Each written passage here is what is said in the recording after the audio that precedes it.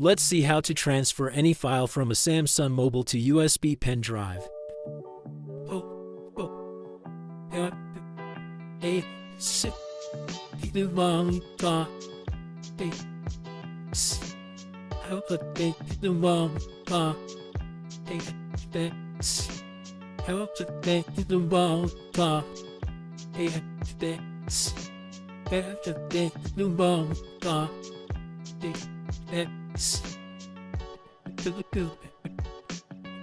Now I will transfer all the pictures from my mobile to USB pen drive.